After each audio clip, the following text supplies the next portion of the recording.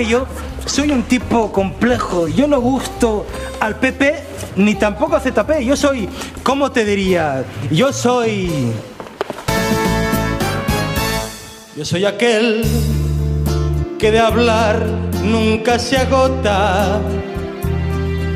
Yo soy aquel que dice España con la J. Y el que se espera y el que se siente, aquel que va a presidir el Parlamento.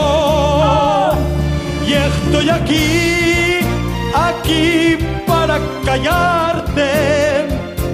Y estoy aquí para escucharte. Y estoy aquí para decirte que en el PSOE soy el mejor, lógicamente. Tú eres aquel que odia a los nacionalistas. Hombre, tampoco tanto.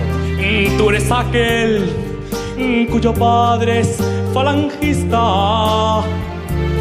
Yo soy pepero, pero te quiero.